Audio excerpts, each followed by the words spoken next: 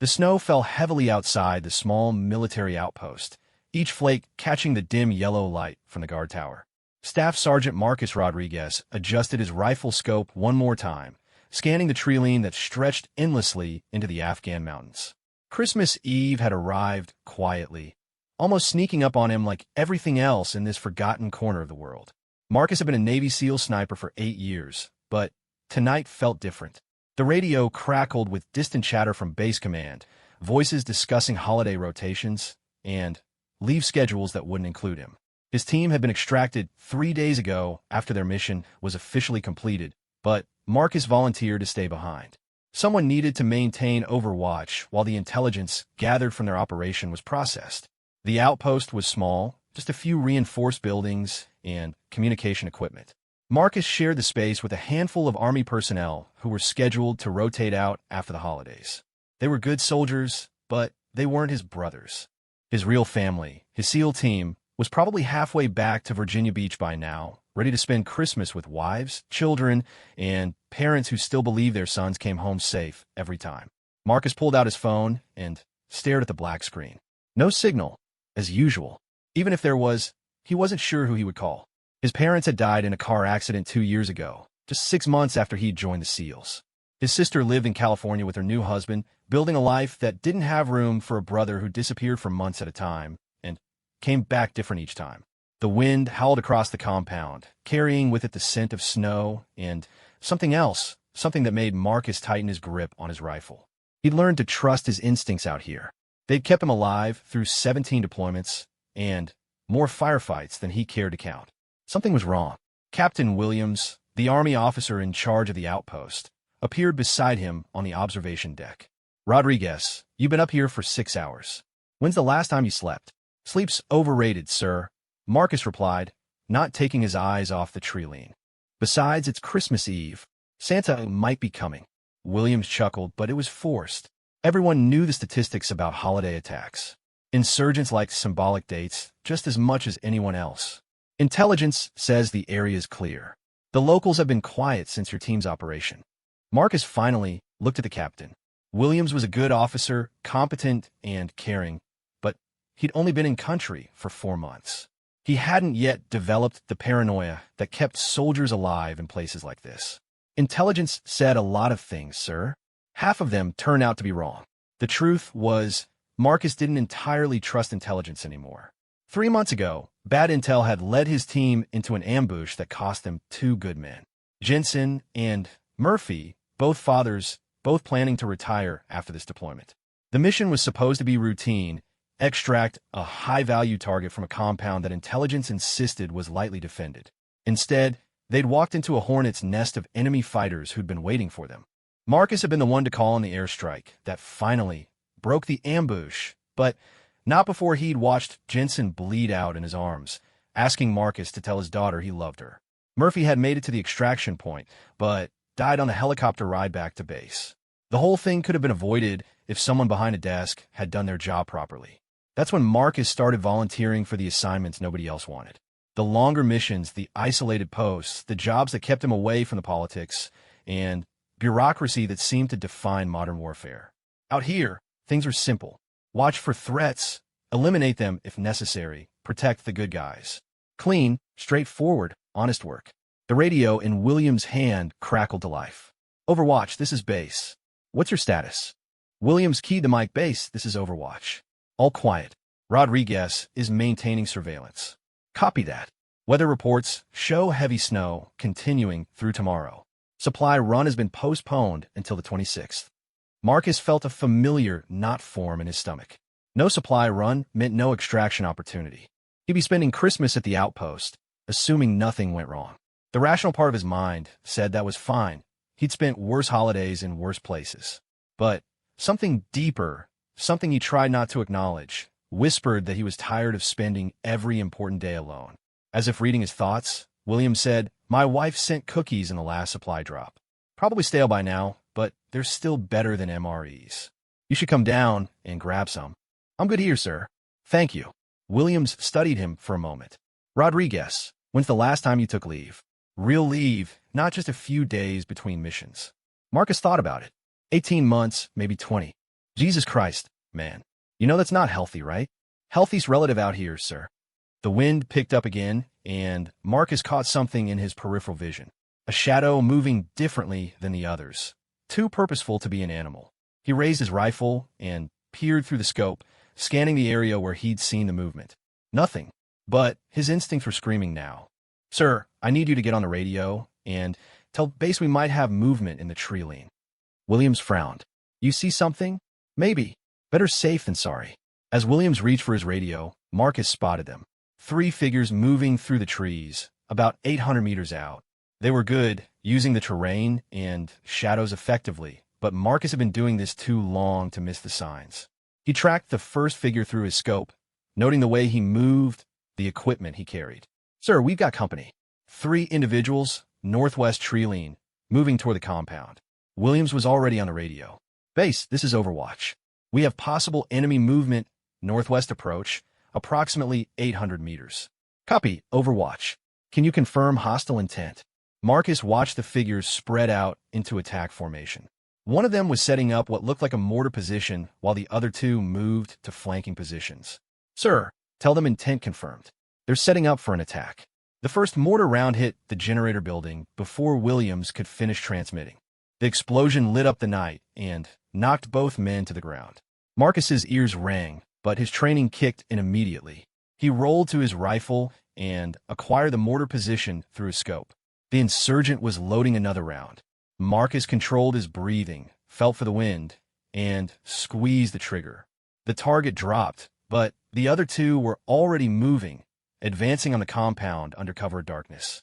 Williams, Marcus shouted over the ringing in his ears. The captain was unconscious, blood running from a head wound where he'd hit the concrete. Marcus checked for a pulse, steady but weak. He dragged Williams to cover behind a concrete barrier and grabbed the radio. Base, this is Rodriguez at Overwatch. We are under attack. Captain Williams is wounded. I count at least 2 hostiles still active, possibly more. Static answered him. The radio antenna had been damaged in the explosion. Marcus was alone. He checked his ammunition, 30 rounds in his rifle, 6 magazines in reserve. Not much for a prolonged engagement, but it would have to do. The compound's other defenders were responding now. He could hear movement in the buildings below, but they were Army logistics personnel, not combat troops. Good soldiers, but not trained for this kind of fight. Another explosion rocked the compound as the second insurgent fired an RPG at the main building. Marcus could hear shouting and confusion from below.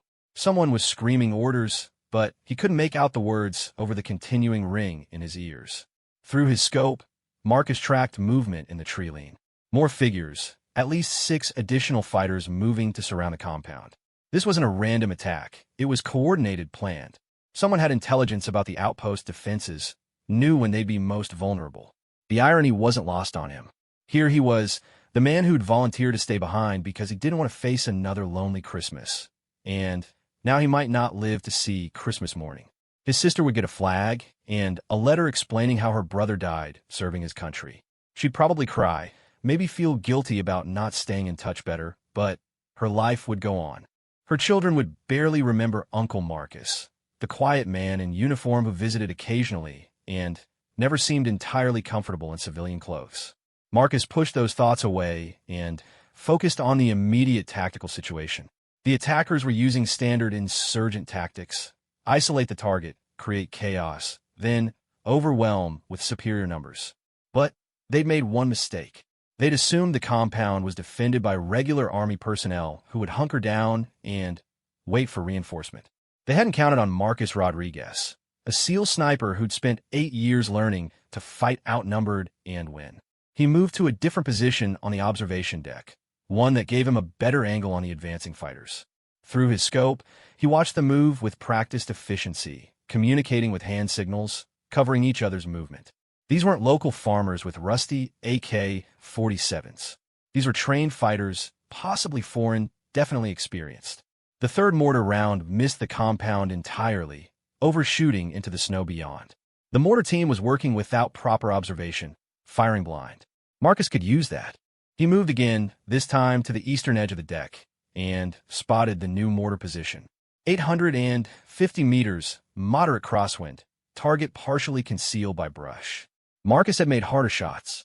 He settled into his shooting position, controlled his breathing, and found his natural point of aim. The mortar operator was reaching for another round. Marcus placed the crosshair's center mass and slowly squeezed the trigger. The rifle bucked against his shoulder, and through the scope, he watched the target fall backward into the snow. The mortar went silent, but the other fighters were close now, less than 200 meters from the compound perimeter. Marcus could hear automatic weapons fire from below as the Army defenders engaged. Someone was shouting orders. Sergeant Peterson, the senior NCO among the logistics crew. Rodriguez.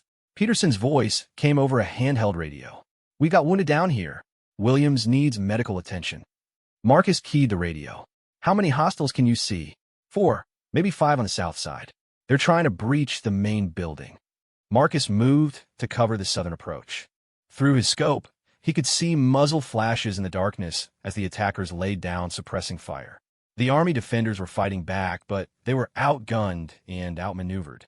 Time slowed as Marcus entered what his instructors had called sniper time, that state of hyper-awareness where everything became crystal clear. Wind direction, target movement, breathing rhythm, heartbeat. He acquired the first target, a fighter attempting to place an explosive charge on the main building's door. The shot took the man center mass, spinning him away from the building. The explosive device clattered to the ground and used. The second target was providing cover fire from behind a supply crate. Marcus adjusted his aim for the new angle and fired. Another hit, but more fighters were emerging from the tree line. This attack was larger than he'd initially estimated, possibly a full squad, maybe more. And they were coordinating their assault with military precision. Marcus reloaded and tried the long-range radio again. Still nothing. The backup antenna was in the main building, which was currently under siege. The satellite phone was with Captain Williams, who was still unconscious and needed immediate medical attention.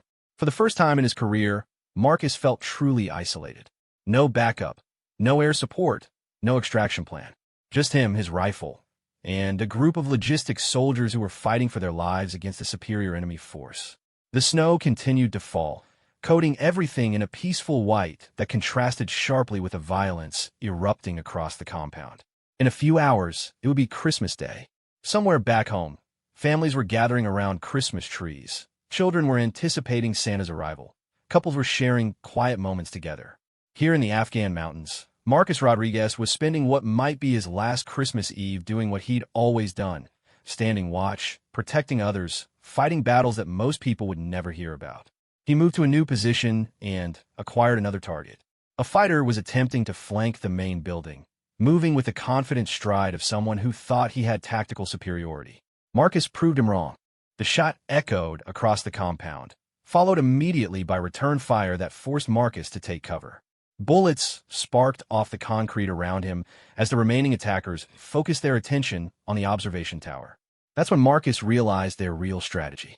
They weren't just attacking the compound. They were specifically targeting him, the sniper in the tower who was disrupting their assault, which meant they knew exactly what they were dealing with. Someone had told them about the Navy SEAL sniper who'd volunteered to stay behind. Someone had given them intelligence about the compound's defenses, about Marcus's presence, about the best time to attack when most of the defenders would be gone for the holidays. The betrayal hit him harder than the enemy gunfire. Somewhere in the chain of command, someone had sold him out. Sold all of them out. Marcus's radio crackled with Peterson's voice. Rodriguez, they're breaching the south wall. We need support. Marcus moved to the southern observation point and saw the problem immediately. The attackers had blown a hole in the perimeter fence and were pouring through in organized teams. The Army defenders were falling back to defensive positions inside the buildings, but they wouldn't be able to hold for long. Through his scope, Marcus counted at least 8 hostiles now inside the compound perimeter, with more still coming. His ammunition was running low, maybe 60 rounds remaining. Against these numbers, in a prolonged firefight, the math was simple. He wasn't going to make it to Christmas morning, but maybe the others could. Marcus keyed his radio. Peterson, listen carefully. I want you to get Williams and any other wounded to the communications building. Barricade yourselves in and try to get the backup radio working. Call for emergency extraction. What about you? Marcus looked out at the attackers moving through the compound, systematic and professional in their assault. I'm going to buy you some time. Rodriguez, don't do anything stupid. Marcus almost smiled. Too late for that, Sergeant. He settled into his final firing position, checking his remaining magazines one last time. 63 rounds. Against 12 to 15 enemy fighters who knew exactly where he was and were probably already planning how to storm the observation tower. The snow continued to fall, peaceful and silent except for the distant sound of gunfire and shouting. Somewhere in America, children were leaving milk and cookies for Santa. Here in Afghanistan, a Navy SEAL sniper was preparing to make his last stand on Christmas Eve. Marcus had always wondered how he would die. In training, they'd taught him to accept the possibility, to make peace with it.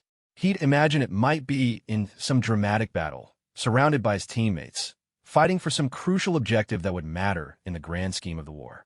Instead, he was alone in a forgotten outpost, fighting to protect a handful of logistics soldiers whose names he barely knew, against an enemy that had been given his location by someone on his own side. But as he tracked the first target through his scope, Marcus realized something that surprised him. He wasn't angry anymore.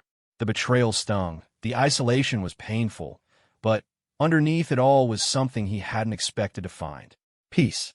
For 8 years, he'd been running from the loneliness that seemed to follow him everywhere. Tonight, for the first time, the loneliness felt different. Not like abandonment, but like purpose. He was alone because this was where he needed to be. This was his fight, his responsibility, his choice. Marcus took aim at the lead attacker and began what would become known in classified military reports as the Christmas Eve stand. A single Navy SEAL sniper's desperate defense of an isolated outpost against overwhelming odds.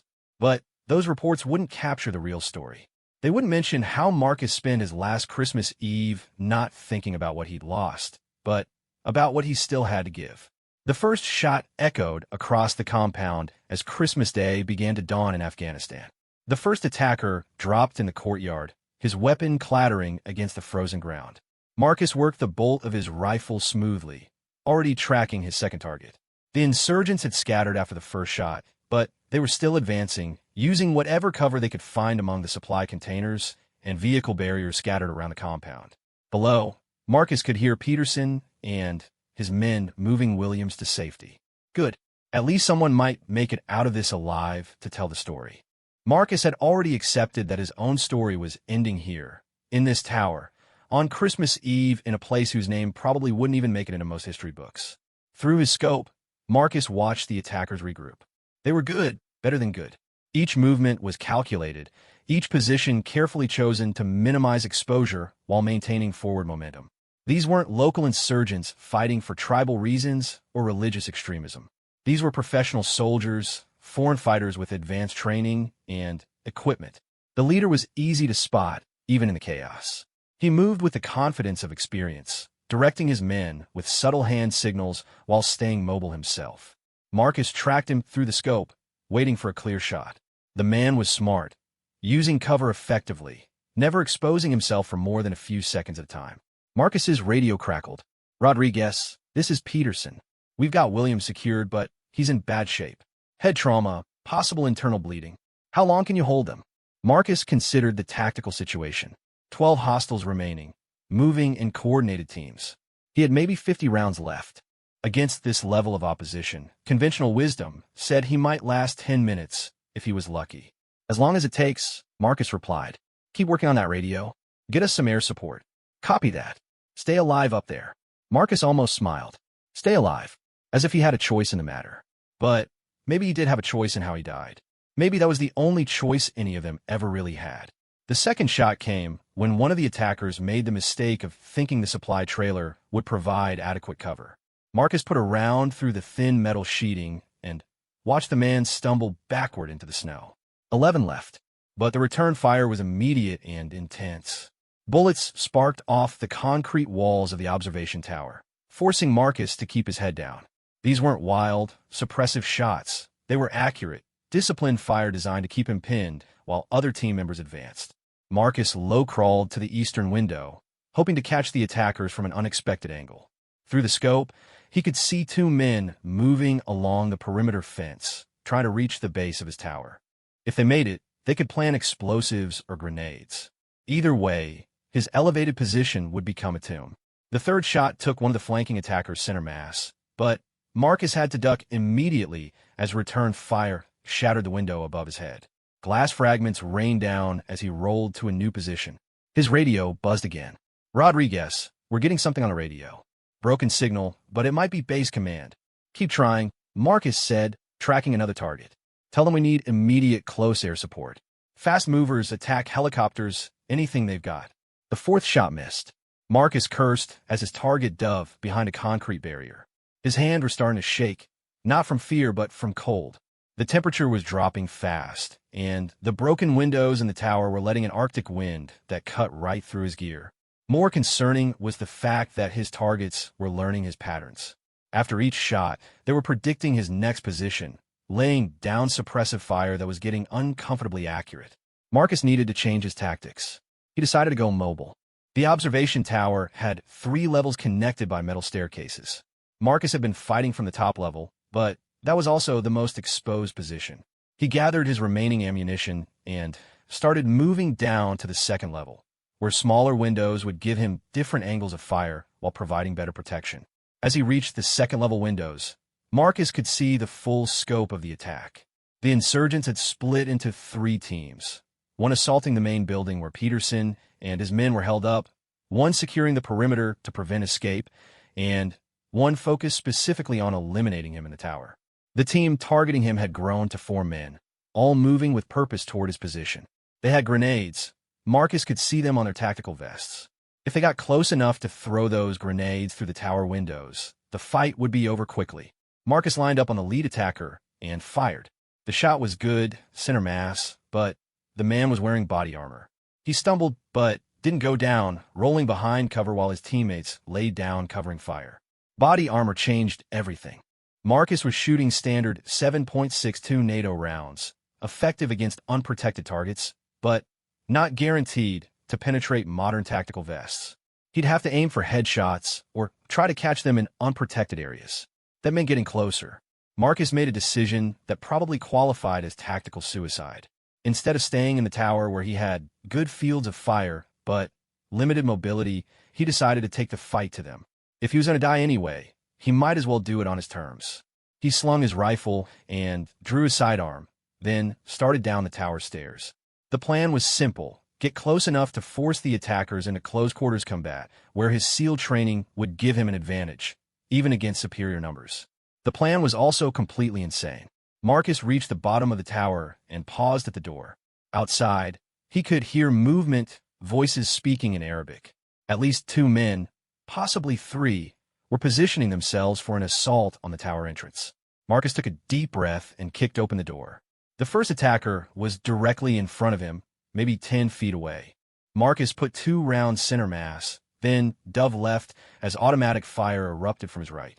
The second attacker had been positioned to cover the door, but he'd expected Marcus to come out shooting from standing position, not diving for cover.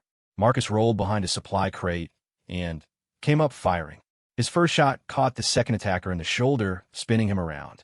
The second shot hit him in the head, but there were more of them.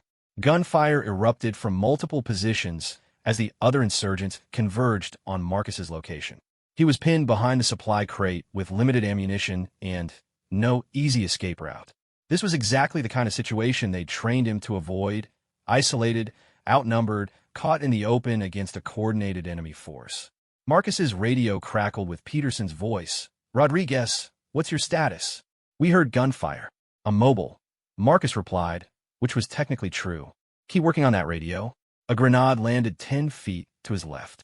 Marcus had maybe 3 seconds to react. He sprinted away from the blast, diving behind a concrete vehicle barrier just as the explosion shook the compound. Shrapnel whistled over his head, and his ears rang from the concussion. But he was alive, and now he had a better position with multiple escape routes. Through the smoke and chaos, Marcus could see his attackers regrouping. 4 men, moving in a coordinated pattern designed to flush him from cover. They thought they had him trapped, thought the grenade had weakened his position. They were about to learn why Navy SEALs spent so much time training for exactly this scenario. Marcus waited until the first attacker moved into the open, then stood up and fired 3 quick shots. The man went down hard. Before the others could react, Marcus was moving again, using the compound's layout to his advantage. He'd studied this place for 3 days, knew every building, every piece of cover, every potential firing position. The attackers were operating in unfamiliar territory, following a plan that had assumed Marcus would stay in the tower like a conventional sniper. Wrong assumption. Marcus reached the maintenance shed and took up a position that gave him clear sight lines to 3 different approach routes. The remaining attackers were being more careful now, having learned that their target wasn't going to cooperate with their tactical plan. His radio buzzed again. "Rodriguez, this is Peterson. We got contact with base command. Air support is en route, but ETA is 45 minutes. Can you hold that long?" 45 minutes. Marcus looked at his remaining ammunition, maybe 20 rounds for his rifle, 1 magazine left for his sidearm, against an unknown number of attackers who were now fully aware of his capabilities and adjusting their tactics accordingly. "I'll be here," Marcus said, because what else was there to say? The next 15 minutes passed in a deadly game of cat and mouse. Marcus would take a shot from one position, then immediately move before return fire could pin him down. The attackers were adapting, trying to predict his movements, but Marcus had advantages they couldn't easily overcome. He knew the compound layout better than they did. He'd spent 8 years learning to fight outnumbered, and he had absolutely nothing left to lose. The 6th confirmed kill came when one of the attackers made the mistake of thinking Marcus was still positioned behind the maintenance shed. He tried to flank that position and walked directly into Marcus's new firing position behind a disabled truck. The shot was point-blank range, impossible to miss. But Marcus's movements were getting slower. The cold was affecting his fine motor control, his hands were starting to shake, and he was beginning to feel the first stages of exhaustion. Adrenaline could only sustain him for so long. Worse, the attackers were learning his patterns. They were starting to predict his movements, laying down suppressive fire that forced him to take increasingly desperate risks just to change position. It was during one of these position changes that Marcus made his first serious mistake.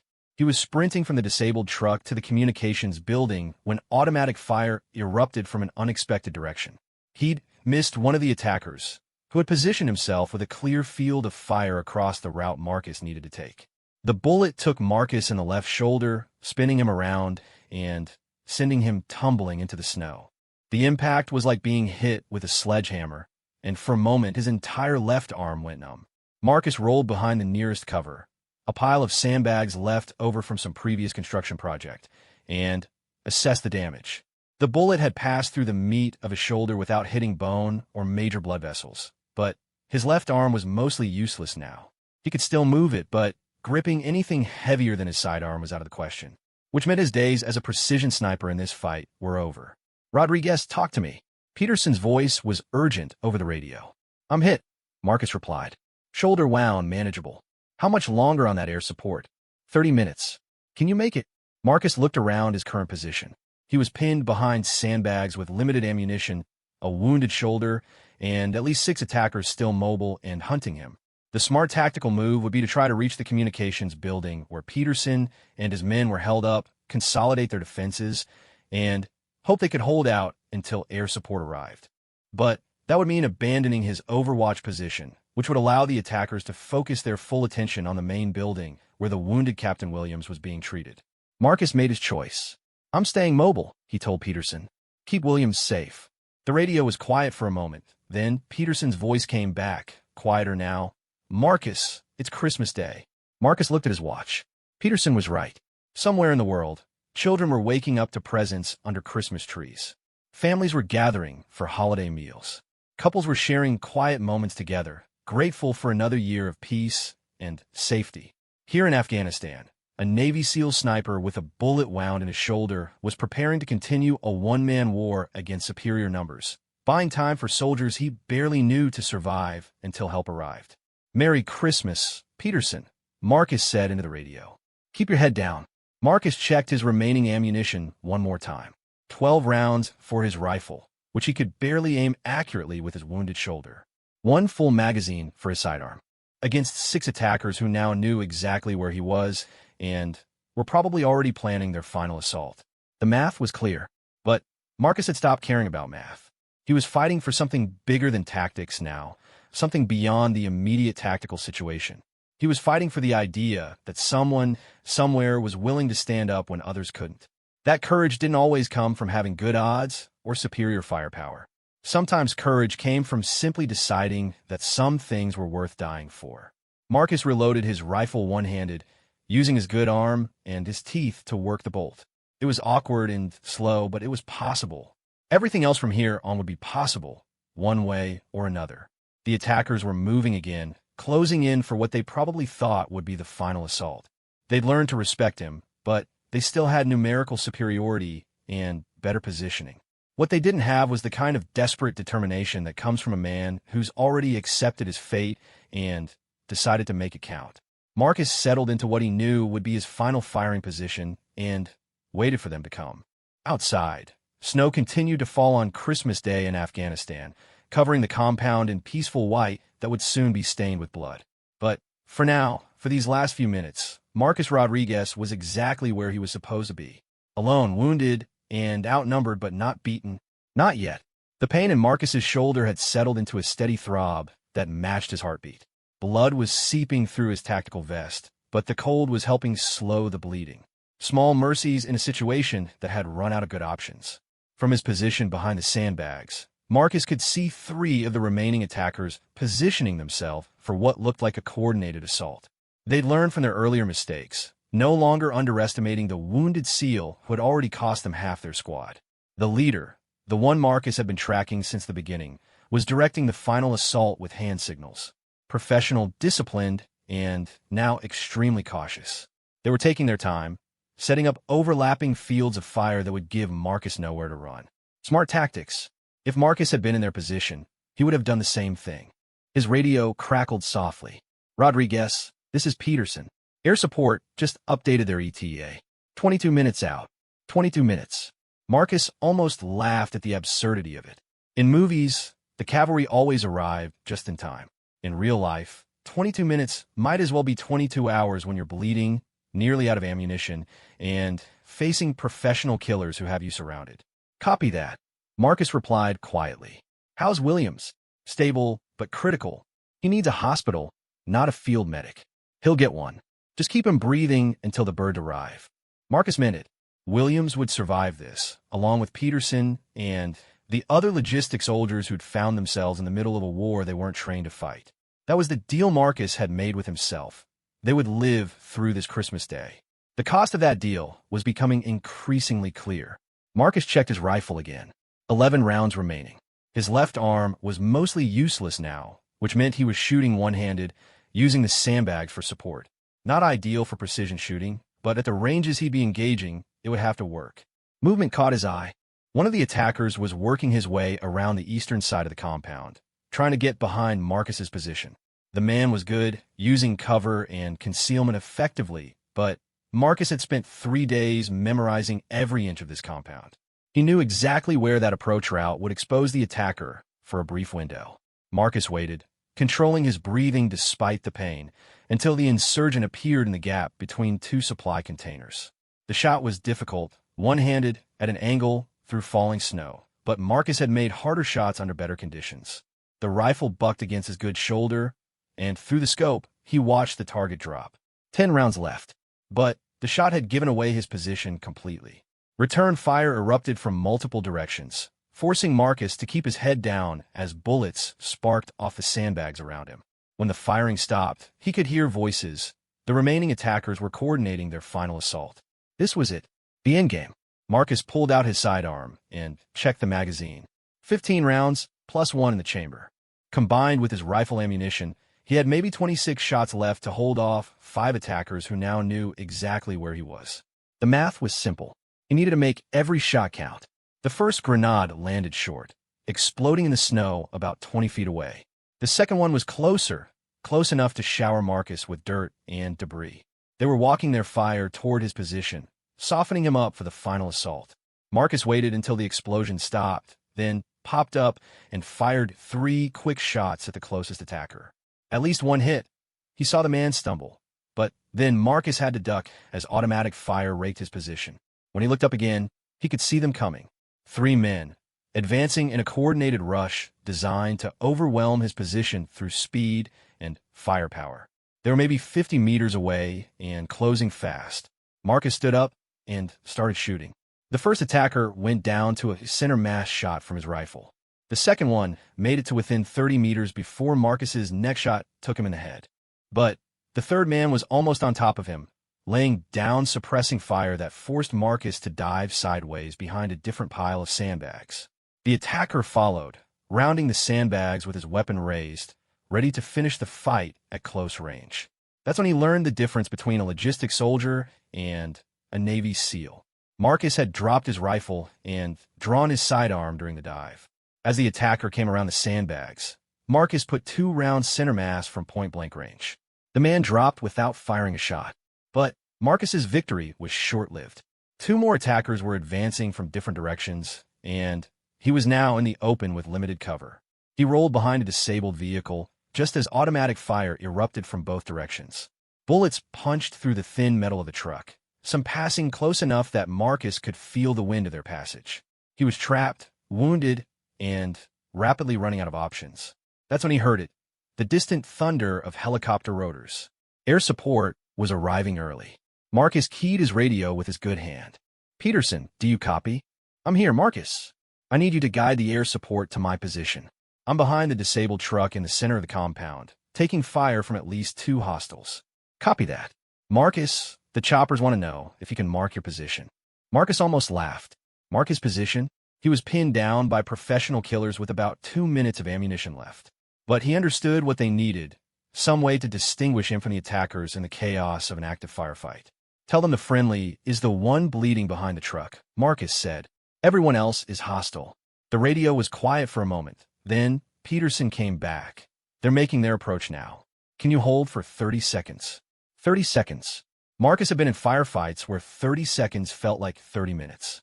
This was going to be one of them. The attackers were moving again, trying to flank his position before air support could intervene. Marcus could hear them coordinating their assault, professional to the end. They knew the helicopters were coming, but they also knew they were close enough to finish him before air support could effectively engage. It was going to be very close. Marcus checked his ammunition one more time.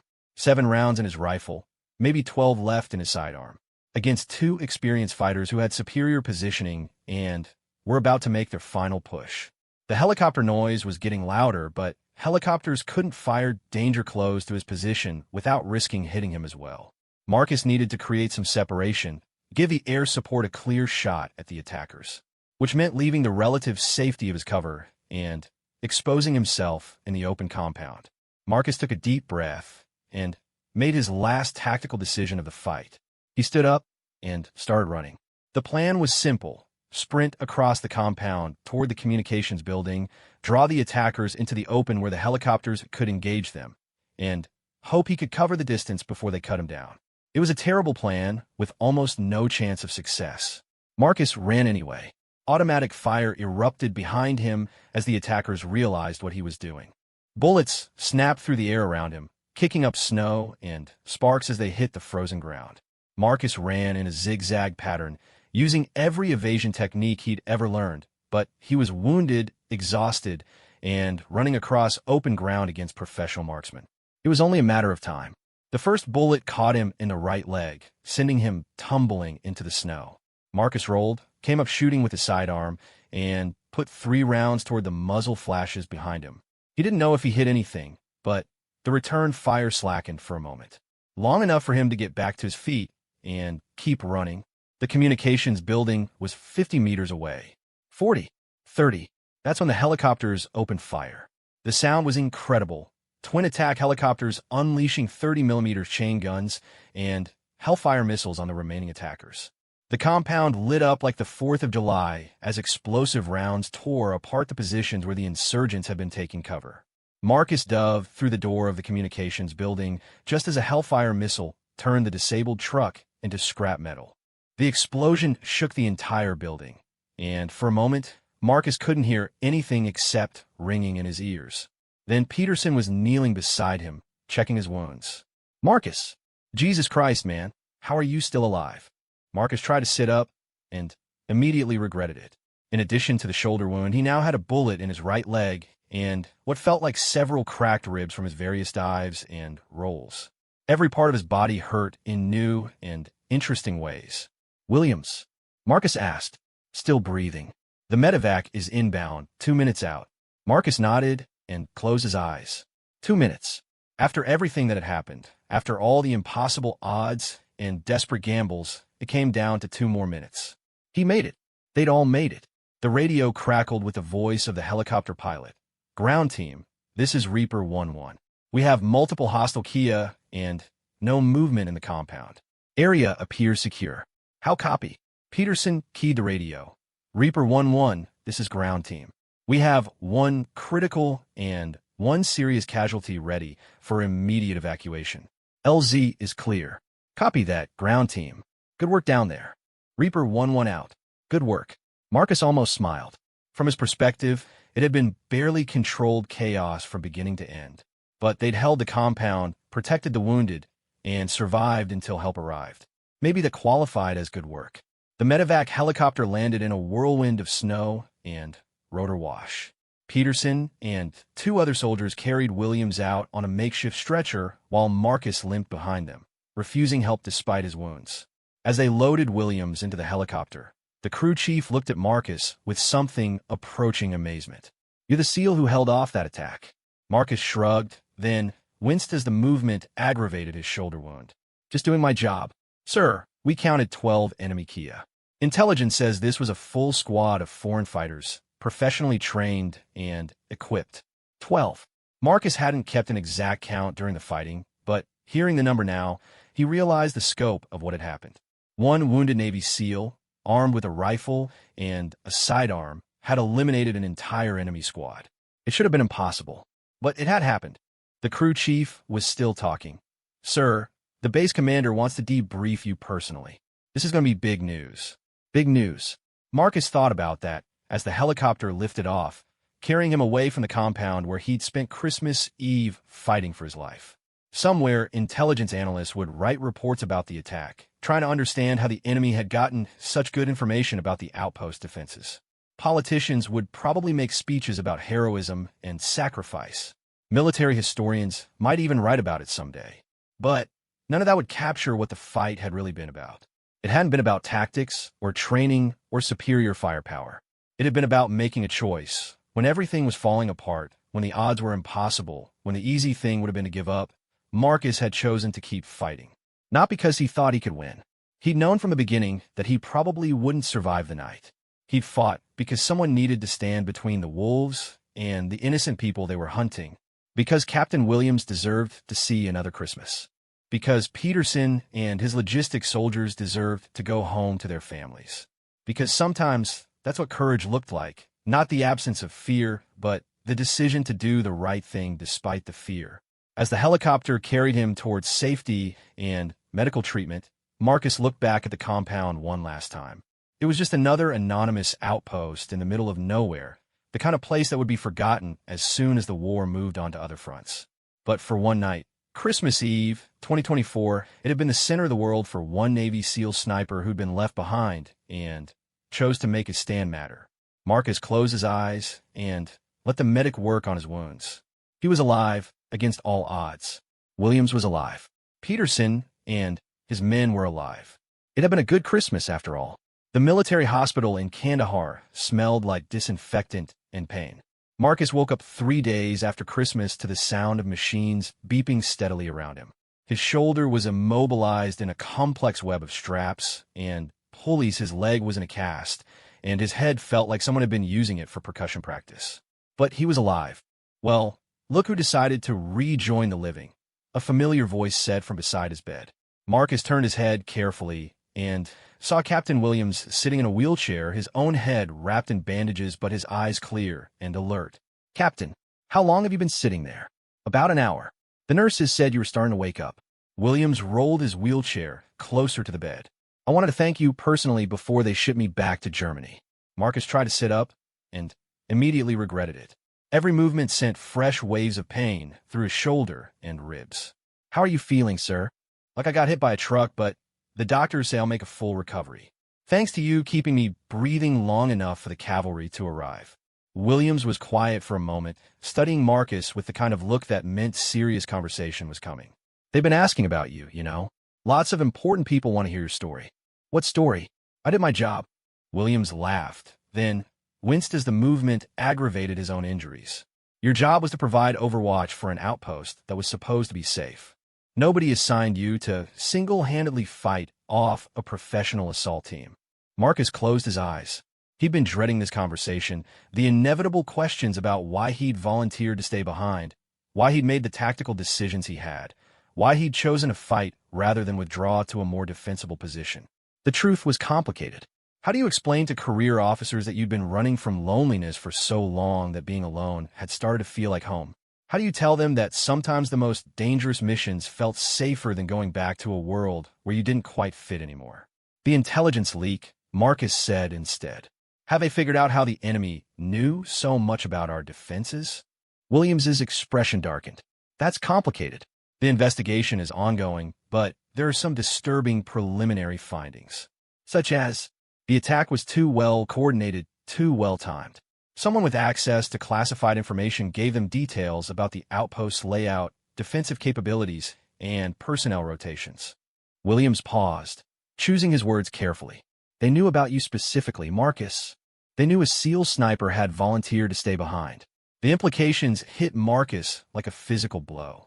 Bad enough that someone in the chain of command had compromised operational security. Worse, that they'd specifically targeted him, turning his decision to volunteer into a trap designed to eliminate a high-value target. Any suspects? Several. But that's not your concern anymore. Williams reached into his jacket and pulled out a thick envelope. This is...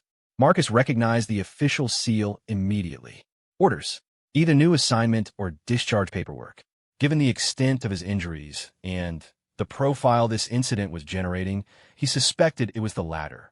Medical retirement? Marcus asked. Full disability, Purple Heart, and a recommendation for the Navy Cross. Williams set the envelope on Marcus's bedside table. You're going home, son. The war's over for you. Home. Marcus stared at the envelope and tried to imagine what that meant now. His parents were dead, his sister lived a life that barely included him, and his SEAL team would move on without him. After 8 years of deployment cycles and constant movement, he wasn't even sure where home was supposed to be anymore. There's something else, Williams continued. The story's gotten out. Someone leaked it to the press, probably the same intelligence network that compromised the mission in the first place. You're going to be famous whether you want to be or not. Famous. Marcus had seen what happened to soldiers who became media personalities. The speaking tours, the book deals, the endless interviews where you had to relive the worst moments of your life for the entertainment of people who'd never understand what it really cost. I don't want to be famous. I know, but you might not have a choice. Williams leaned back in his wheelchair. The thing is, Marcus, your story is bigger than just what happened at that outpost. You've become a symbol of something, whether you like it or not. The question is what you're going to do with that. Before Marcus could respond, a nurse entered the room carrying a clipboard and wearing the kind of professional smile that usually meant bad news. Mr. Rodriguez? I'm sorry to interrupt, but there are several reporters outside asking to speak with you. And a representative from the Pentagon is waiting in the lobby. Williams caught Marcus's eye. Like I said, famous. Marcus closed his eyes and tried to process everything that was happening. 3 days ago, he'd been an anonymous SEAL sniper fighting for his life in a forgotten outpost. Now he was apparently a media sensation, a symbol of something he didn't understand, facing a future he hadn't asked for and wasn't sure he wanted. Tell the reporters I'm not ready for interviews, Marcus told the nurse, and asked the Pentagon representative to wait.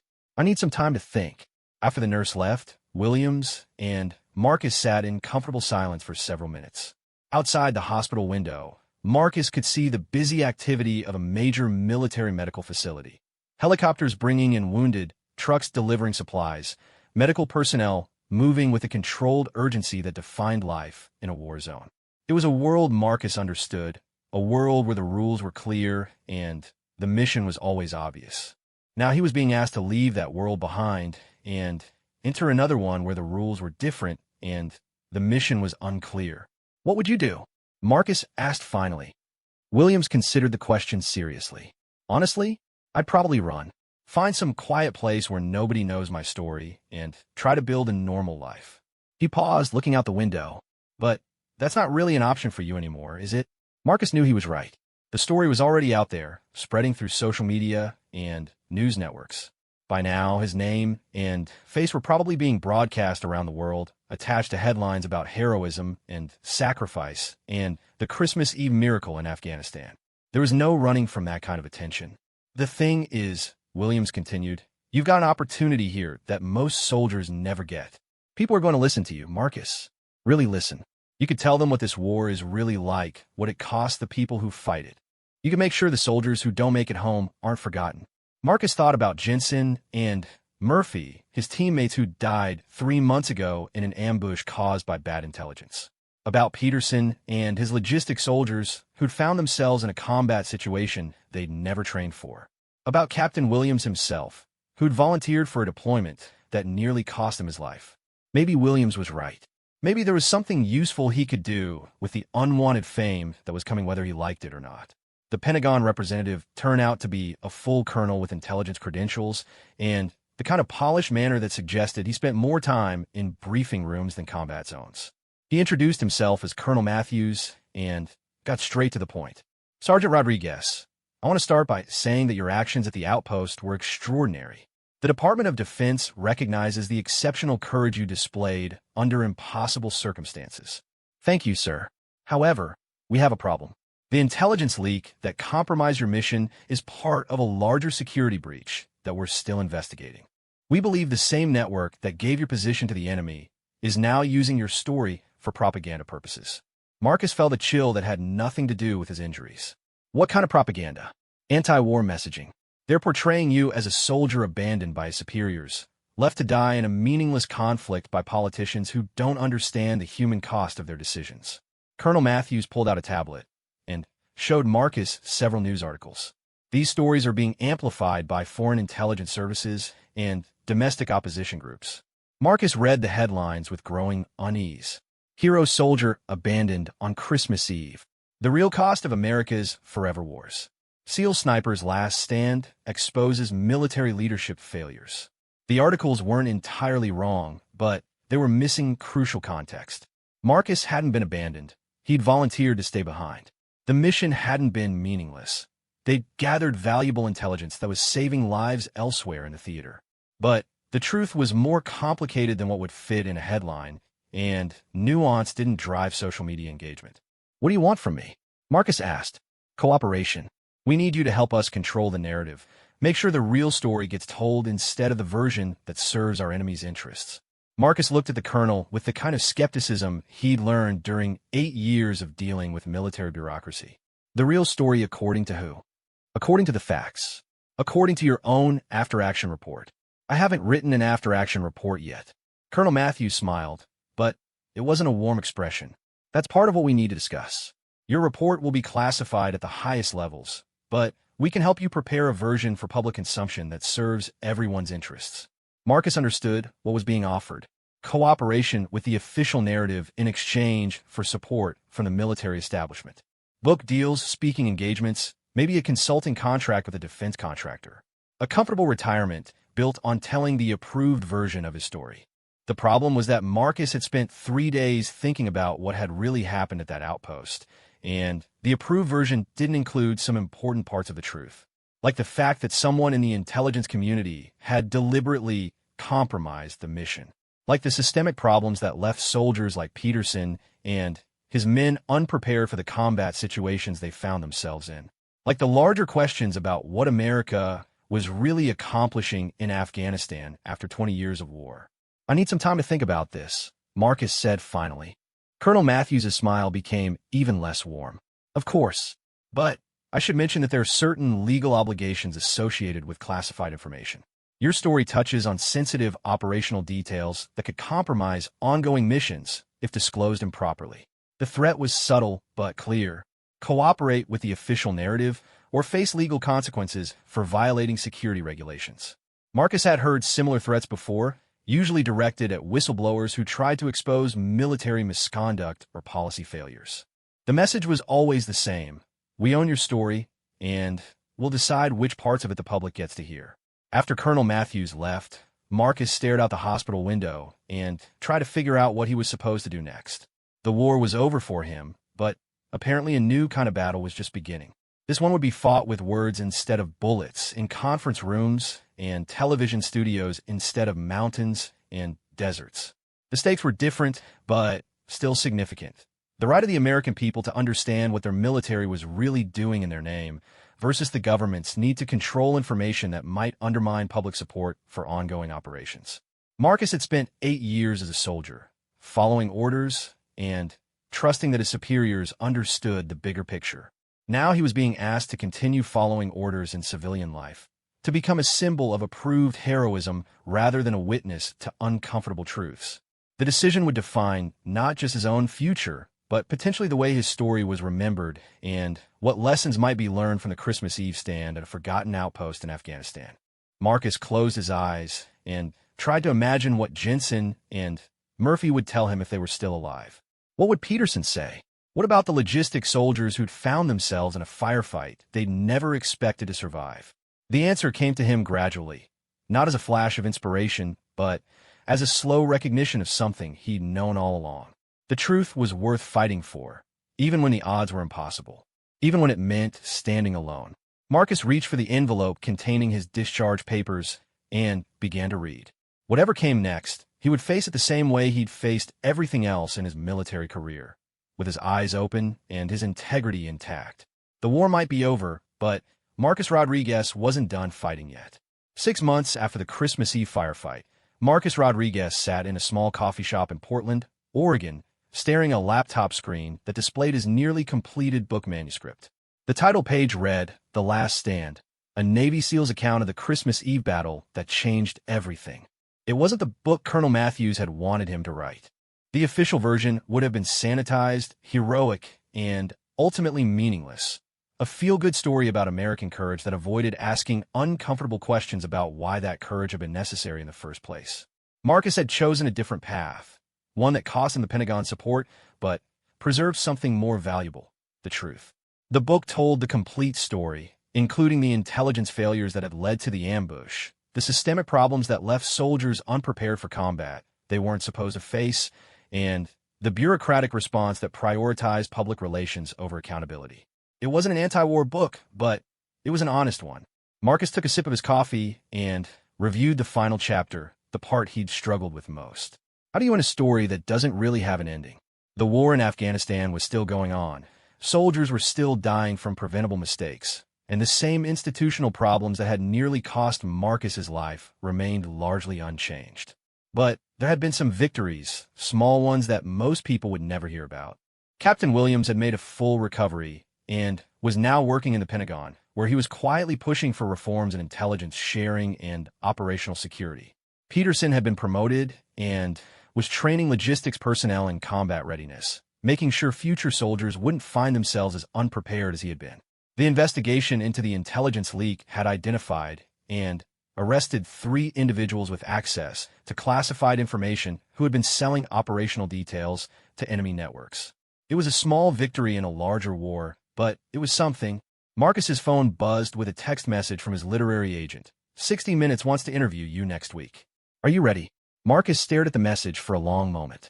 The media attention had been intense since he'd announced his intention to publish an uncensored account of the Christmas Eve battle.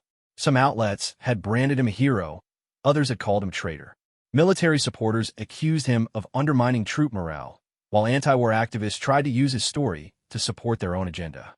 The truth, as always, was more complicated than what fit in a headline. Marcus typed back, "Yes, let's do it." He closed the laptop and walked outside into the Portland afternoon. The city was nothing like the Afghan mountains where he'd spent Christmas Eve fighting for his life, but he'd chosen it specifically for that reason. After 8 years in the military, constantly moving from base to base, deployment to deployment, Marcus had wanted to find somewhere that felt like peace. Portland wasn't perfect, but it was his. For the first time in his adult life, Marcus had a lease on an apartment, a regular schedule, and a sense of belonging somewhere that didn't require him to carry a weapon. The transition hadn't been easy. The first few months after his medical discharge had been dark ones, filled with nightmares, phantom pain from his healing wounds, and a persistent sense that he'd left something important unfinished in Afghanistan. The VA psychiatrist had called his survivors guilt mixed with post-traumatic stress, and she wasn't wrong. But writing the book had helped. Not the therapeutic kind of writing that his doctors had recommended, but the hard work of trying to make sense of what had happened and why it mattered, of figuring out how to honor the soldiers who hadn't made it home while holding accountable the systems that had failed them. Marcus walked through the neighborhood he'd come to know well over the past 6 months. There was Mrs. Chun, who ran the corner market and always asked about his health. There was the homeless veteran who sat outside the post office, to whom Marcus brought coffee and conversation twice a week. There were the college students from the nearby university who'd started recognizing him after the story broke, and sometimes asked respectful questions about military service. It was a normal life, or as normal as life could be for someone whose story had become part of the national conversation about war, heroism, and the cost of American foreign policy. Marcus's phone rang as he reached the small park where he usually sat to think. The caller ID showed a number he recognized, Peterson, calling from his new assignment at Fort Bragg. "Hey, Marcus, have you seen the news?" "Which news?" "There's a lot of it these days." "The Taliban commander who planned the Christmas Eve attack. They got him last week in a drone strike." Marcus sat down on his usual bench and processed this information. Justice, if you could call it that. The man responsible for planning the attack that had nearly killed Williams, that had forced Marcus to fight for his life in a frozen outpost, was dead. "How do you feel about it?" Peterson asked. It was a good question. 6 months ago, Marcus would have felt satisfaction, maybe even happiness at the news. The enemy leader had been eliminated. The mission was complete. Justice was served. Now, his feelings were more complicated. "Tired," Marcus said finally. "I'm tired of the whole cycle. We kill their leaders. They kill our soldiers. We kill more of their leaders. Jensen and Murphy are still dead. Williams still has headaches from his injuries. I still wake up some nights thinking I'm back in that tower." Peterson was quiet for a moment. "The book comes out next month, right?" 3 weeks. "Are you ready for what comes next?" Marcus watched a group of children playing on a playground equipment, their laughter carrying across the park on the afternoon breeze. Normal kids, living normal lives protected by soldiers they'd never meet in wars they'd never understand. "No," Marcus said honestly, "but I don't think anyone ever is." The truth was that Marcus was terrified of what came next. The book would make him a public figure in ways that he wasn't comfortable with. There would be interviews, speaking engagements, political battles fought with his story as ammunition. People would use his words to support causes he didn't necessarily agree with, and others would attack him for undermining causes he did believe in. But the alternative was silence, and Marcus had learned that silence was complicity. "Peterson, can I ask you something?" "Shoot." "Do you ever regret that night? Wish it had gone differently?" Peterson thought about it. "I regret that Williams got hurt. I regret that you had to go through what you went through. I regret that good soldiers died in that ambush 3 months earlier because someone screwed up the intelligence." He paused, and Marcus could hear the sounds of a military base in the background. Helicopters, trucks, the controlled chaos of soldiers preparing for missions. "But I don't regret surviving. I don't regret that we held the outpost until help arrived. And I don't regret that you're telling the truth about what happened, even if it makes some people uncomfortable." After Peterson hung up, Marcus sat in the park for another hour, watching the ordinary miracle of civilian life continue around him. Families walking dogs, joggers following their routes, teenagers playing basketball with the kind of intensity that only comes when the stakes are completely artificial. It was everything he'd fought to protect, everything that made the sacrifices worthwhile. Marcus's phone buzzed with another message, this one from his sister in California. "Saw the preview of your 60 Minutes interview. I'm proud of you." It was the first time she'd reached out since the story broke. For months, Marcus had worried that his decision to go public would create more distance between them, that his complicated story would be another barrier to the normal family relationship he'd never quite managed to build. Maybe there was still time for that to change. Marcus walked home as the sun set over Portland, casting long shadows across the city. Tomorrow he would do another interview, field more calls from reporters and publishers and political activists who wanted to use his story for their own purposes. But tonight, he would have dinner at the Vietnamese restaurant down the street, where the owner always asked about his day, and the food reminded him that there were good things in the world worth protecting. He would read a few chapters of a novel that had nothing to do with war or politics.